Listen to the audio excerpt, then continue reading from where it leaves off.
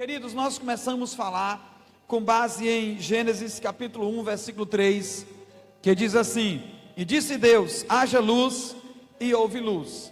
Nós começamos a aprender algumas verdades sobre o poder criador da palavra falada. Diga assim comigo: o poder criador da palavra falada. E hoje é a nossa segunda mensagem sobre este tema. Na primeira mensagem nós pedimos vocês para imaginar um pintor com um pincel nas mãos e com um quadro branco à sua frente, e ele imagina uma paisagem. O que ele tem que fazer para colocar em prática a sua imaginação?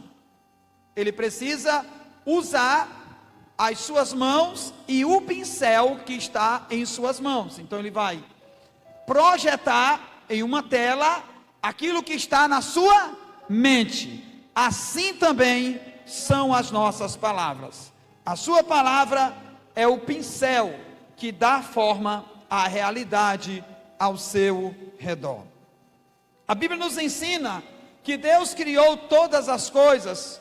Os mundos que Deus criou, Ele criou com o poder da sua palavra, da palavra falada, a palavra liberada. Desta forma também, nós podemos já aprender que nossas palavras também têm o poder para trazer as realidades para a nossa vida, tanto uma realidade de vida, como de destruição, de morte, tanto para edificar, como para derrubar. E nós vemos isso, que em toda a palavra de Deus, nós temos textos sobre isso, e nós temos aqui alguns textos, e nós estamos aprendendo também no nosso livro-chave deste mês, que é o livro A Quarta Dimensão. Nós temos estudado isso na nossa escola bíblica. Hoje foi uma bênção, nosso irmão Francisco esteve aqui, falando muito ousadamente sobre, compartilhando esses princípios. Nós temos aprendido que o mundo espiritual responde ao que você fala. O mundo espiritual responde ao que você fala. Se nós declaramos sobre a nossa própria vida, se nós declaramos morte, nós viveremos como mortos. Se nós declaramos vida, e se nós chamamos à existência as promessas de Deus e profetizamos sobre a nossa vida transformações, falamos de fé, nós também colheremos o fruto disto, tá? A Bíblia está cheia de textos sobre isso. Eu quero citar aqui apenas alguns. Provérbios capítulo 10, versículo 11. Tem uma imagem aí, tá? Eu acredito que tenha. Provérbios 10 e 11, diz assim, ó: a boca do justo é manancial de vida, mas a boca dos perversos, na boca dos perversos mora o quê?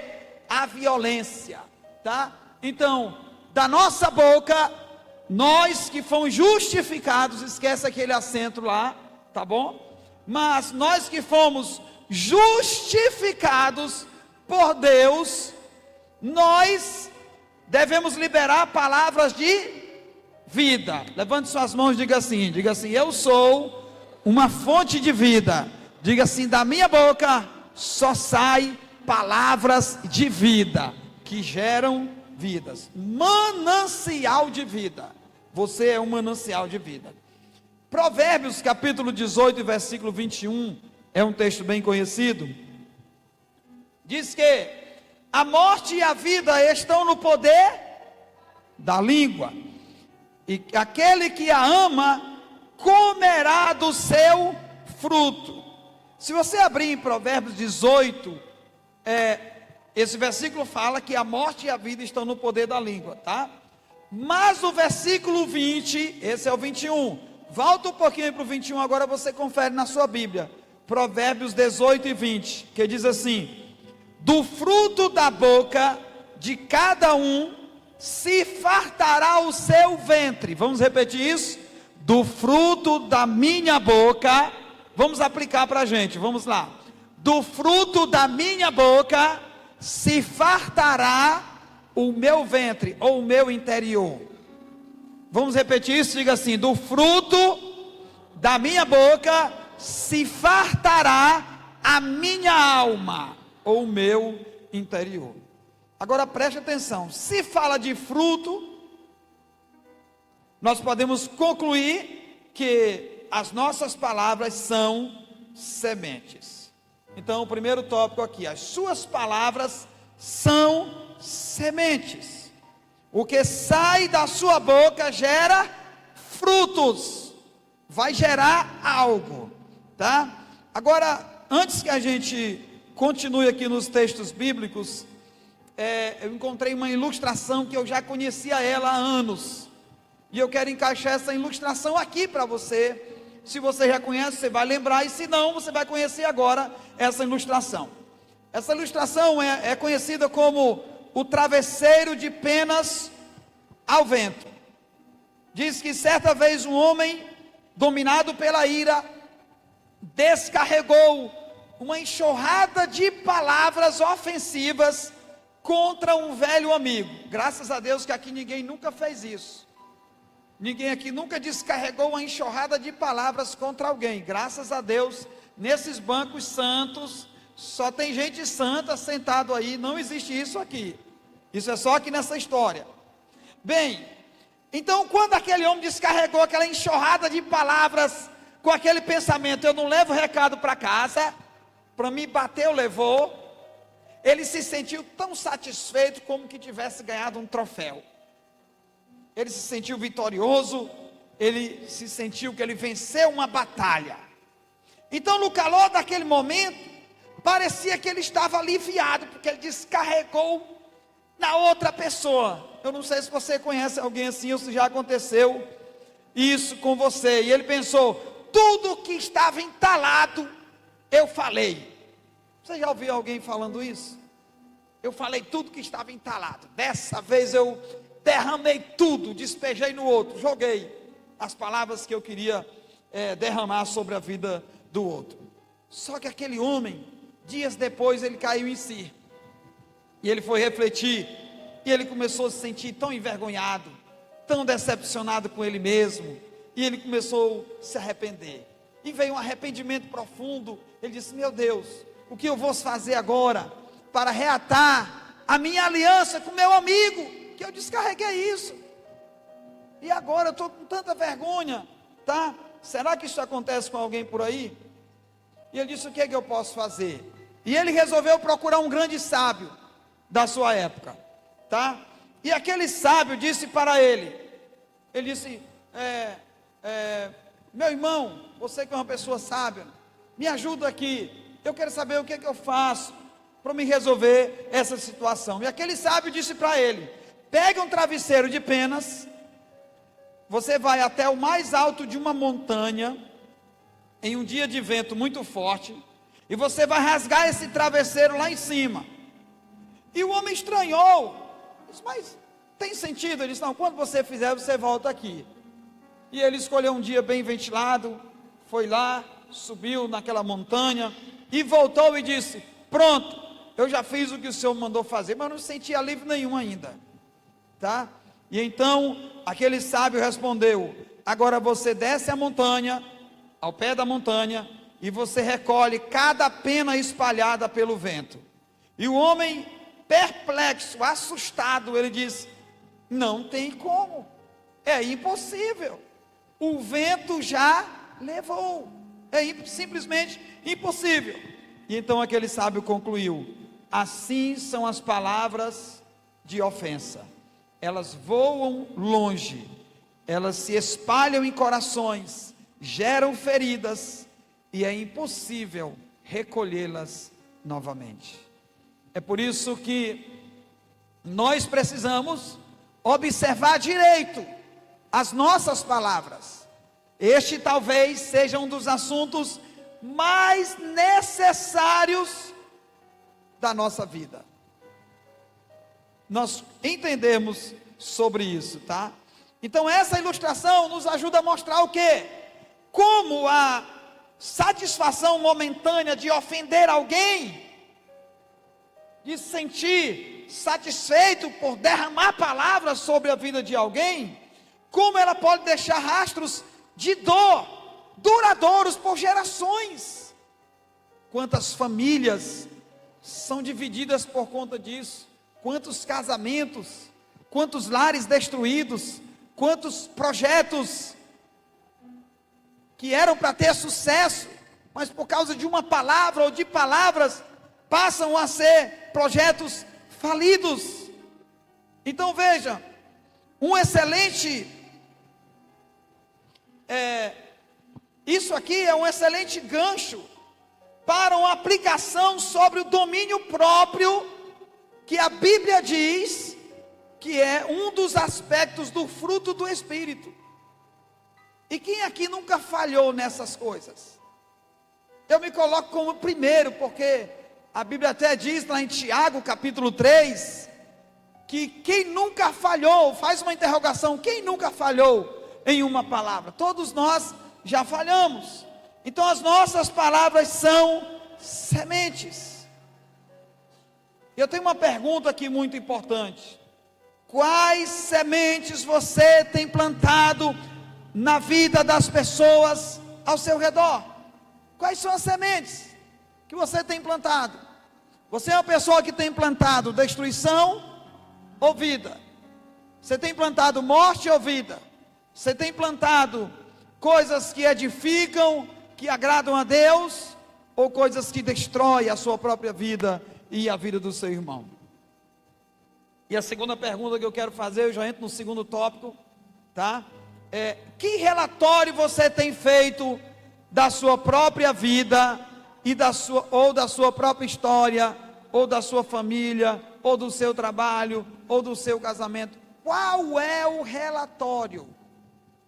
E eu queria usar um texto da palavra de Deus para você entender o porquê da minha pergunta, que me saltou à mente quando eu estava meditando sobre isso, e Deus me fez lembrar desse texto que é bem conhecido entre nós. Você vai abrir aí em Números capítulo 13. Eu vou deixar para você ler o texto todo em casa, tá bom? Marca aí na sua Bíblia Números capítulo 13 e o capítulo 14. Vocês vão ler, porque durante a semana nós iremos compartilhar essa mensagem, e esse texto é o texto que vai dar base às lições que nós queremos aplicar aqui e aprender com vocês, tá?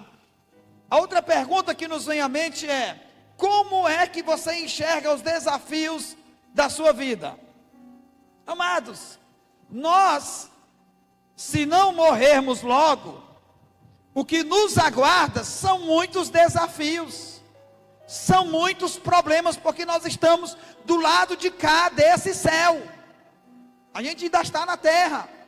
Então aqui nós teremos desafios, problemas, obstáculos, mas nós temos que aprender como enfrentar esses problemas e como usar a nossa boca para liberar vida sobre nós, sobre as pessoas ao nosso redor, sobre a nossa família, o nosso casamento, a nossa igreja, a nossa história, e não permitir que nós sejamos um canal de morte. Preste atenção, eu quero citar com vocês o exemplo, eu quero aprender lições, já estou indo para o último tópico, tá? Lições dos 10 investigadores da terra prometida. Algumas versões chamam de espias, não é? Se você olhar em Números capítulo 13, Moisés foi orientado por Deus para enviar 12 espias para a terra prometida. Havia uma promessa, diga assim comigo, havia uma promessa. Quem aqui tem promessa de Deus? Então eles estavam debaixo de uma promessa. Chegou o tempo da promessa se cumprir, e Moisés, orientado por Deus, disse: olha, escolha 12 líderes, eram homens aptos, homens que eram príncipes entre as tribos, um de cada tribo. Aqueles homens precisavam, eles foram representando todo o povo, e eles foram investigar, fazer uma pesquisa, um mapeamento completo, mapeamento geográfico, mapeamento espiritual, um mapeamento da força daquele povo, da produção daquele povo. Ele foi fazer um serviço do IBGE, completo lá, né, irmão Lisaldo? Foi fazer aquele trabalho completo, 40 dias fazendo aquele trabalho. Resumindo, primeira coisa, Deus guardou aqueles homens em terra estranha, no meio dos inimigos, no meio dos gigantes, no meio do perigo. Deus guardou aqueles 12 homens, e eles entraram e saíram em segurança. Eu lembro que a palavra de Deus diz: eis que guardarei a tua entrada e a tua saída. A palavra de Deus se cumpriu na vida daqueles 12 homens de Deus, que eram 12 líderes. Mas eu quero chegar em qual ponto? No ponto que eles foram e voltaram, mas eles voltaram com duas mentalidades diferentes. Um grupo voltou com uma mentalidade de pessimismo, de olhar para os problemas e falou sobre isso. O outro grupo menor voltou com outra mentalidade. Vamos aprender algumas lições. Então nós vemos um contraste muito grande entre o relatório dos 10 e o relatório de 2. Veja só, Josué e Caleb, Números capítulo 13, é uma poderosa lição sobre fé, que foram os dois que deram relatório positivo. Nos ensina sobre fé, visão espiritual, coragem e consequências das nossas palavras. Eu vejo que cumpriu-se na vida daqueles 12 homens a palavra de Deus. Quando em Provérbios 18 e 21 diz que a vida e a morte está no poder da língua, isso se cumpriu cabalmente, literalmente na vida daqueles homens. O que eu aprendo com isso? Irmãos, olhem para mim, a palavra de Deus, ela vai se cumprir na nossa vida. Quem crê nisso, amém? Agora, se ela vai se cumprir no aspecto positivo ou negativo, é uma decisão sua, porque a palavra de Deus é fiel e verdadeira. Ela vai se cumprir, ela está se cumprindo a cada dia. Por exemplo, quando a Bíblia diz para os jovens, que os jovens devam honrar os seus pais, a fim de que sejam prolongados os seus dias. O que isso significa dizer? Que o jovem que não honra os pais, os seus dias serão, me ajuda, serão ceifados, diminuídos. Então a palavra de Deus se cumpriu, e está se cumprindo. Hoje pela manhã o irmão Francisco citou aqui, foi o irmão Francisco, foi ontem, pastor Samuel ministrou aqui, foi ontem, estava no culto jovem. A maioria das pessoas que morrem não são os mais velhos. A maioria das pessoas que estão morrendo, acidentes e embriaguez, drogas e outras coisas, a maioria das pessoas que morrem, tem até uma certa idade que ele falou aqui, mas são jovens. Por quê? Porque estão ferindo os princípios de Deus. A palavra de Deus está se cumprindo de forma negativa para aqueles que recusam a Deus, para aqueles que abrem a sua boca e recusam a Deus, ou com a sua própria vida, recusam a palavra de Deus, recusam viver os princípios de Deus, estão atraindo morte para a sua própria vida. E para aqueles que estão obedecendo a Deus, tem dias prolongados para eles. Então a palavra vai se cumprir. Voltando para o texto, a palavra se cumpriu na vida desses homens, e eu quero dividir aqui, para a gente aprender lições, vamos estruturar aqui as lições, com os dois blocos de pessoas. O primeiro grupo de pessoas, o grupo dos negativos, o grupo dos pessimistas, o grupo que só olha para problema, o grupo que só olha para a vida, e ele só vê problema, ele só vê obstáculo, ele vive escapando pela vida, esperando um tempo que ele não acredita existir, onde ele terá felicidade. Na verdade ele nem espera mais que terá felicidade ou alegria em Cristo, nem mesmo em Cristo, ele aguarda. Escuta, vamos aprender lições sobre isso. Por exemplo, lições desse relatório negativo que os espias fizeram. Versículo de número 31, lá na frente. Eles declararam com a boca deles, amados, eles disseram assim, ó: nós não poderemos subir contra aquele povo, porque aquele povo é mais forte que nós. Eles olharam para aquele povo e eles disseram: é um povo, é forte, tem gigante lá no meio, a terra é boa, tudo bem, até que a terra é boa, irmãos. Eles trouxeram uma amostra, preste atenção, da produção da terra, a Bíblia diz que eles trouxeram um cacho de uva, que 2 homens tiveram que carregar em uma vara, igual carregavam antigamente, uma vara assim, uma na frente e outra atrás, e o cacho de uva aí. 2 homens para carregar um cacho de uva. Isso é história, parece história de pescador, mas está na Bíblia, e é verdade. Era uma terra forte, uma terra abençoada, e que Deus tinha prometido que ia dar aquela terra. Mas eles olharam para o problema.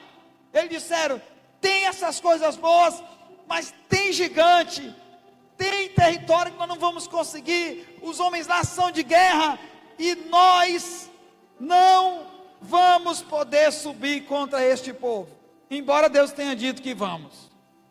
Irmãos, olhe para mim, meu irmão, olhe para mim aqui. O Deus que nos fez promessas é o Deus do impossível, é o Deus do extraordinário, é o Deus que faz coisas inimagináveis na sua mente. Você não pode limitar Deus. Muitos de nós pegamos e colocamos Deus numa caixinha de fósforo. Aí a gente diz assim: fica aqui, Deus, tu é só desse tamanho aqui, dessa caixinha de fósforo. Eu quero te dizer, o Deus que nós servimos é um Deus grande, é um Deus poderoso, é um Deus de milagres, é um Deus que abre portas onde não existe, é um Deus que levanta o improvável, é um Deus que pega quem está no monturo, no lixo, e coloca entre os príncipes da terra. É esse Deus que nós servimos. Você tem que apontar a sua vida para esse Deus, para as promessas desse Deus. Qual é o seu relatório?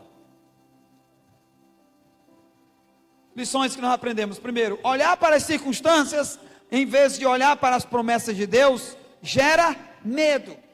Os espias viram o quê? Os gigantes, e murmuravam. Irmãos, quando você vê só o gigante, você começa a murmurar, você se esquece até do Deus que está te guardando, ou que acabou de te guardar. Irmãos, eles tinham chegado de uma terra estranha, no meio desse povo, e eles nem para agradecer abriram a boca. Foram dizendo: rapaz, esse povo é muito grande, é muito forte, nós somos pequenos. Eles foram se diminuindo, a ponto que a Bíblia diz que eles se acharam do tamanho de um gafanhoto. Irmãos, quando o homem, preste atenção, todo homem que não tem a visão de Deus, que não anda por fé, que só anda pela vista, quando ele olha para o mundo, para os problemas que existem no mundo, quando ele olha para a economia, quando ele olha para a situação de miséria que o mundo está, que está um barril de pólvora mesmo, meu irmão, isso é verdade. Mas quando ele foca nisso, irmãos, ele começa a se sentir pequeno, depressivo, começa a vir depressão, começa a vir problema na sua mente, ele se sente igual um gafanhoto. É aí onde começa a surgir tantos problemas, e ele começa a falar só sobre problema, irmão, só sobre problema, e a sua vida vai virar um problema. Eu tenho um estilo de vida, e eu quero passar para vocês. Não existe nenhum problema que chegue na minha frente, que eu não possa tomar uma atitude para resolvê-lo. Não existe. Eu acho que vocês, alguns de vocês até se assustam, porque eu já tenho, para alguns problemas, eu já tenho a solução. E para o que eu não tiver, Deus vai me dar na hora. O Espírito Santo vai me capacitar na hora, porque é assim que eu creio. Eu não vou deixar problema para amanhã. Tem gente que guarda problema igual guarda dinheiro. Tivesse pelo menos guardando dinheiro, seria bom. Mas tem gente que guarda problema igual se guarda uma joia de ouro naquele seu cofre, escondido lá, um documento que só, ou um documento importante que só você e a sua esposa sabem. Tem gente que guarda problema. Não faça isso. Na sua vida vai se tornar um problema. Escuta, o medo, aprenda isso, o medo distorce a sua visão. O medo é bom, até um certo ponto, é claro. Nós temos que ter, se não tivéssemos medo, a gente já teria morrido. Mas esse medo, que causam um pavor, o pânico, que trava você, que não deixa você crescer, que você não acredita em você mesmo, nos seus projetos, nas promessas de Deus sobre a sua vida. Isso distorce a sua visão. Irmãos, homens, olhem para mim, queridos. Eu estou falando de homens líderes, de príncipes. A Bíblia chama de príncipes. Por favor, olha para alguém e diz assim: você é um príncipe, você é uma princesa. Não se diminua, não se sinta um gafanhoto, não se sinta inferiorizado. Irmãos, está na Bíblia, aqueles príncipes, quando eles olharam para os obstáculos, eles se sentiram como gafanhotos. Já pensou? A visão distorce totalmente. Se você tirar os olhos da promessa de Deus, você começará a enxergar os problemas maiores do que realmente eles são. Quando eu era criança, o meu pai me ensinou a ser corajoso. Eu era muito medroso.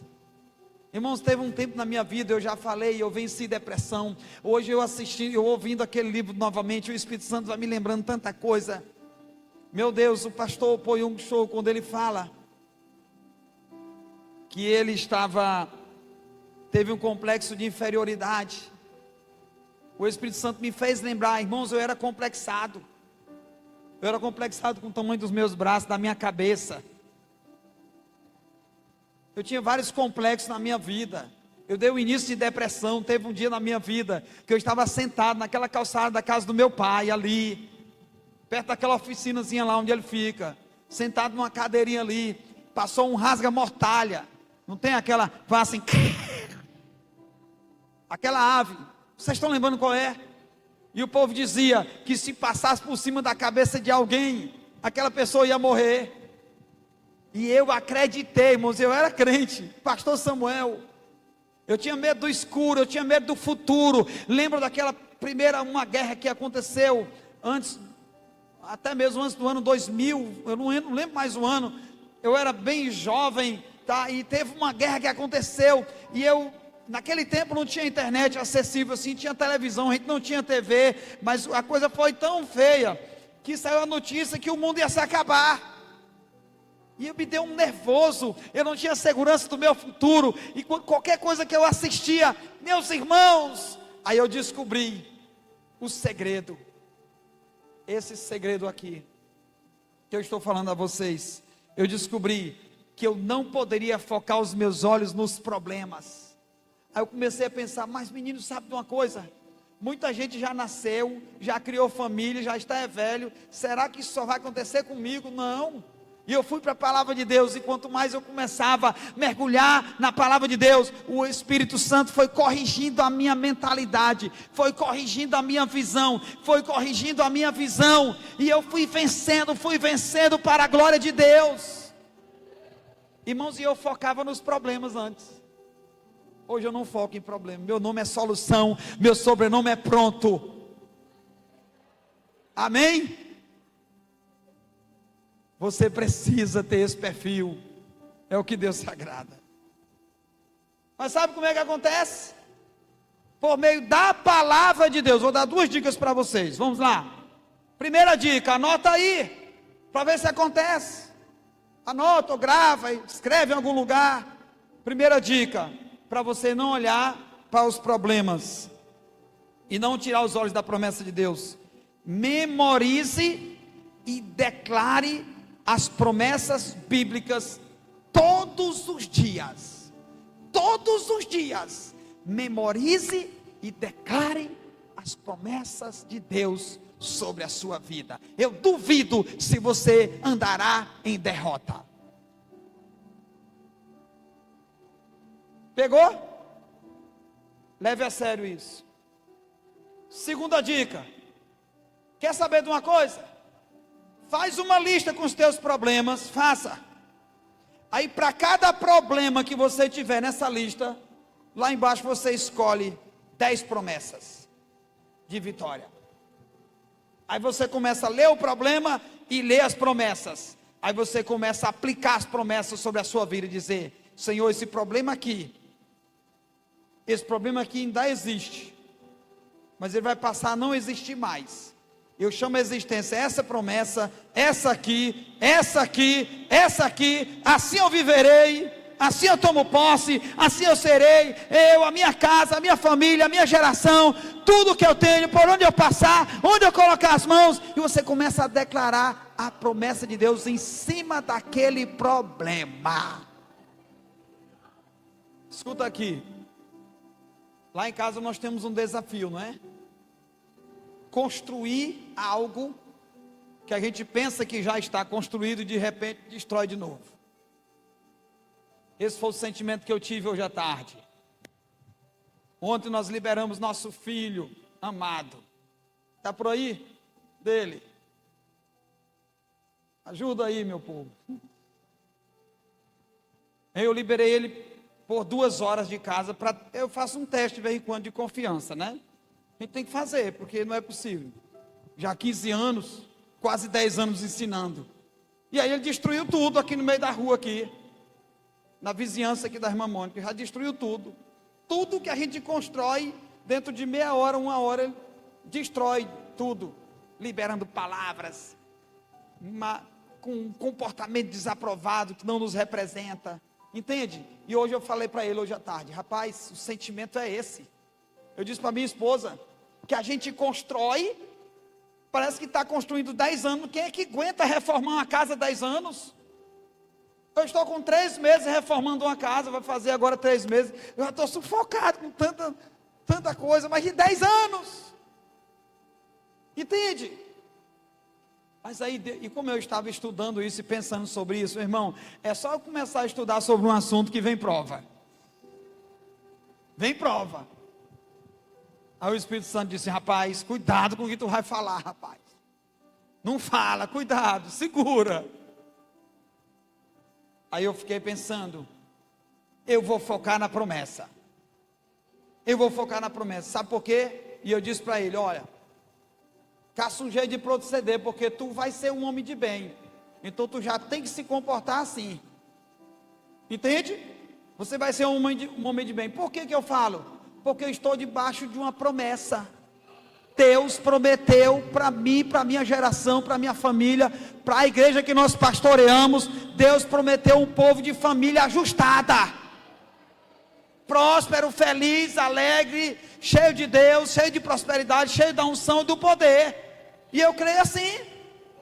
Então eu quero convidar você, foque na promessa para a tua vida. Não viva esse problema aí. Aí, veja só. Imagina comigo agora, vamos lá. Eu vou correr agora aqui, olhei para o relógio, eu tenho que correr realmente. Vamos lá. Imagina comigo agora. Pensa comigo. Se você pegar uma lupa, aquela que acrescenta o tamanho da letra, bem grande, uma lupa. E você olhar para um formigueiro com uma lupa, a formiga... Ah, meu Deus do céu, é um animal muito grande. Formiga perigosa. Tem um ferrão ali, mas quando você tira a lupa, aí você diz, é só uma formiga. Tem gente que pega a lupa, aí ele maximiza.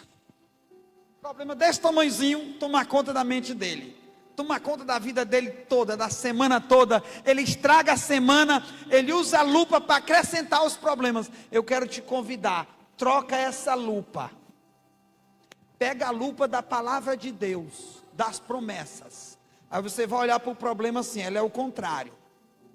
A lupa da Bíblia é diferente. Quando você põe aqui, ela diminui o problema e aumenta a tua fé. Pronto. A solução está bem aí. É você trocar a sua lupa.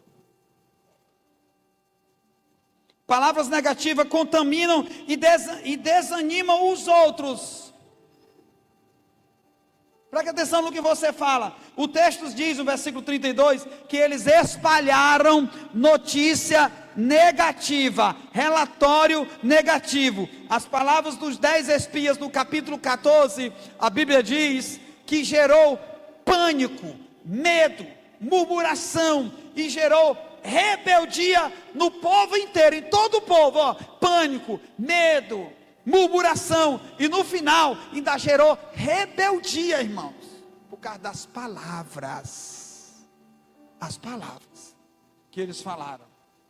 Suas palavras têm poder de influenciar o ambiente interior, o seu ambiente e o ambiente das outras pessoas, para medo ou para fé, para dúvida, para incredulidade, ou para viver aquilo que Deus tem prometido para a sua vida. Eu falei aqui no domingo passado, que nós precisamos ser pessoas encorajadoras, pessoas de fé. Como é que você quer ser conhecido? Você quer ser conhecido como alguém negativo, alguém pessimista, alguém sem expressão, alguém alguém que se aproxima da pessoa para matar a outra pessoa? Ou você quer ser conhecido como alguém encorajador, alguém de fé, alguém que ajuda as pessoas, alguém que põe a pessoa para crescer, alguém que acrescenta na vida do outro? Você precisa ser essa pessoa que acrescenta na vida do outro. Se você quer ser essa pessoa, mergulhe na palavra de Deus, porque a palavra tem todos os recursos para você se tornar a pessoa mais sábia dessa terra. A palavra tem todos os recursos. Bem que nesse ambiente, pega a pessoa mais improvável que existia aqui, mais improvável, em todas as áreas, mais improvável. Se essa pessoa se posicionar diante de Deus, se colocar à disposição, começar a mergulhar na palavra, e começar a aplicar esses princípios de fé na vida dele, com pouco tempo, meus irmãos, vai haver uma mudança extraordinária na vida dele, mudança da água para o vinho,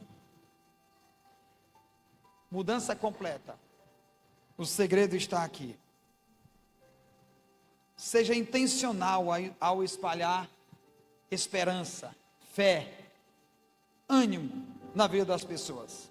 D.L. Moody disse o seguinte: o pessimismo nunca realizou nada grandioso para Deus. Vou repetir: o pessimismo nunca realizou nada grandioso para Deus. A incredulidade impede a conquista. O relatório negativo levou uma geração inteira a morrer no deserto, irmãos. Você vai ler os 2 capítulos, você vai entender o que eu estou falando. Uma geração inteira morreu no deserto. Apenas 2 daqueles que estavam lá puderam entrar. Você precisa mudar a sua postura. Eu li uma frase que diz assim, prega atenção, olha como isso é importante. Um navio parado no porto é seguro, mas não cumpre a sua missão. Eu vou repetir: um navio parado no porto é seguro, ele está parado no porto, é bonito, é belo, pode ser admirado, mas ele não cumpre a sua missão. Tem muita gente que está parado no porto por causa das palavras que ele mesmo lança sobre a sua vida. Ele mesmo lança palavras de derrota sobre a sua vida, palavras pessimistas, palavras contrárias às promessas de Deus, palavras que lhe diminuem, como aqueles homens lançaram sobre si mesmo. Para encerrar, apenas 2 homens, diga assim, 2, mais uma vez, apenas 2, como era o nome deles? Josué e Calebe. Ele viu o mesmo cenário, diga assim, o mesmo cenário, diga assim, o mesmo cenário. Para quem olhou para o problema, foi um motivo de incredulidade, foi motivo de falar palavras negativas e de motivar os outros a não progredir. No mesmo cenário, 2 interpretações diferentes. Você quer mudar o cenário da sua vida? Quantos querem? Quantos querem? Quantos estão aqui, estão recebendo essa palavra?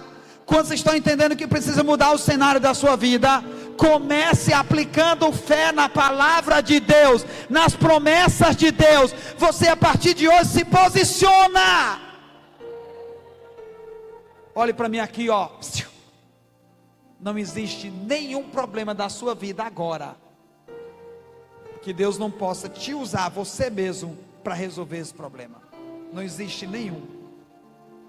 Pastor, porque o senhor não sabe, as coisas tão difíceis. É aí mesmo que Deus quer te usar. É aí mesmo que Deus quer te levantar. Em um cenário de improvável, em um cenário de impossível, em um cenário que não tem condições de um homem resolver. É aí onde o nosso Deus entra em ação. Ele está esperando o quê? Você liberar a palavra de vida sobre a sua vida. O Espírito estava lá pairando. Escuta aqui. O Espírito estava pairando sobre as águas, estava se movimentando. Aí Deus foi lá e disse: haja luz. Aí Deus foi lá e disse: haja o firmamento. Dividam-se a porção molhada da porção seca.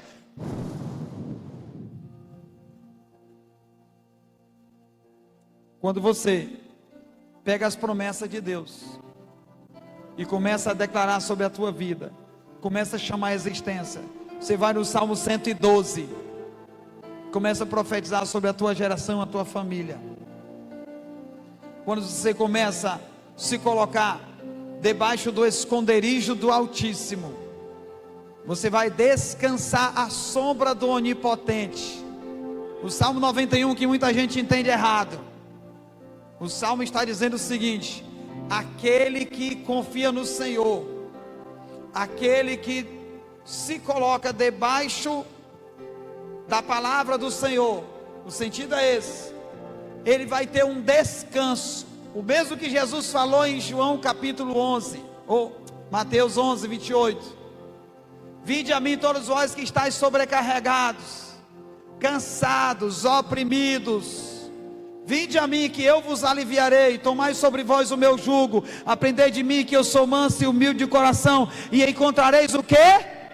Descanso para as vossas almas. E esse que encontra descanso, aí volta para o Salmo 91, ele pode dizer: eu direi do meu Senhor, eu direi do meu Senhor, o meu Deus é que me guarda, o meu Senhor me guarda a minha entrada, a minha saída, peste nenhuma chegará na minha tenda, a minha casa, a minha geração, meus negócios, a minha vida, tudo por onde eu passar as mãos é abençoado. Aí ele vai viver aquelas promessas do Salmo 91. Vamos ficar em pé?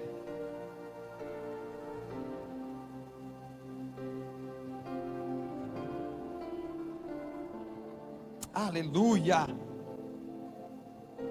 Diga assim comigo, levante a mão, levante a mão. Eu vou exercitar com vocês agora aqui. Pensa nos teus problemas tudo aí, pensa. Bora pensar em problema agora. Tem gente que gosta de pensar em problema, pois é a hora. Pensou nos problemas? Pensou? Tem certeza? Bota mais problema aí na tua mente. Vamos lá. Nós vamos fazer uma declaração de fé agora, em nome de Jesus. Diga assim: problemas. Não, você vai ter que falar o nome, problema agora. Se puder pensar no nome, você pensa. Se puder falar, fala. Diga assim: problemas. Pensa agora nos 3 aí, bem grande. Pensou? Diga assim: ó, problemas. Diga assim: eu quero te dizer que o meu Deus é maior do que você. Entendeu?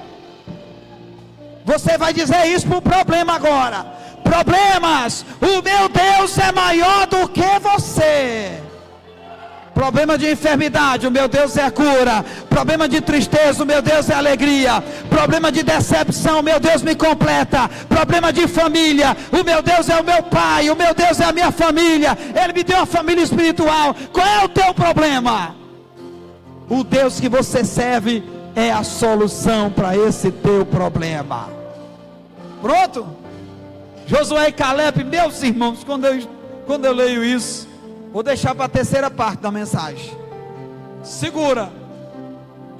A terceira parte da mensagem, nós vamos mergulhar em Josué e Caleb. Esses homens são de Deus. Eles se posicionaram, pularam no meio do povo e disseram: vocês estão olhando para o problema? Nós temos uma promessa. É verdade que tem dificuldade lá, é verdade que tem gigante lá, mas nós estamos debaixo de uma promessa, e Deus se agradou de nós, e porque nós somos alcançados por Deus, não é por causa de mim, é apesar de mim, não é por causa de nós, é apesar de nós. Esse Deus nos fará conquistar essa terra. Meu Deus. Foram para a terra. Quando chegaram lá, sabe o que tinha? Problema. Sabe o que você vai ter mais na sua vida? Problema. Por quê? Porque se não tiver problema, tu não exercita a tua fé. Tem que existir os problemas, que é para tu aprender a usar a lupa certa, aprender a usar a palavra de Deus. Os problemas vão existir, mas você vai se posicionar a partir de hoje em favor da palavra de Deus, da promessa de Deus na tua vida. Aí os problemas já começam a ficar pequenos. Amém? Tome posse disso. Vamos orar. Senhor, eu me aproprio dessa palavra para minha vida. Eu me aproprio desta palavra para a vida da tua igreja, Senhor. Eu tomo posse dessa palavra. Não viverei segundo os meus olhos físicos. Corrige a minha visão espiritual. Abre os meus olhos espirituais. Senhor, mais uma vez eu me volto para a tua palavra, Senhor, para as tuas promessas, Deus. Levante suas mãos. Declare a palavra de Deus sobre a tua vida. Você que foi perdoado pelo Senhor, não aceite mais acusação, porque a Bíblia diz que para aquele que está em Cristo, nenhuma condenação há. Não aceite mais acusação. Você que tem se colocado como vítima do pecado, como vítima de Satanás, sai dessa postura, meu irmão. Sai disso aí, meu irmão. Você é príncipe de Deus. Você é homem de Deus ou mulher de Deus. Você já foi capacitado para vencer todo o pecado e todo o mal. A Bíblia diz que Deus não nos permitirá ser tentado acima da nossa possibilidade e da nossa capacidade de resistir. E junto com a provação, Ele já também nos envia um escape de Deus para a tua vida. Tome posse. Vamos cantar essa canção. Cante bem forte. Isso, vamos lá. Meu nome é, diga.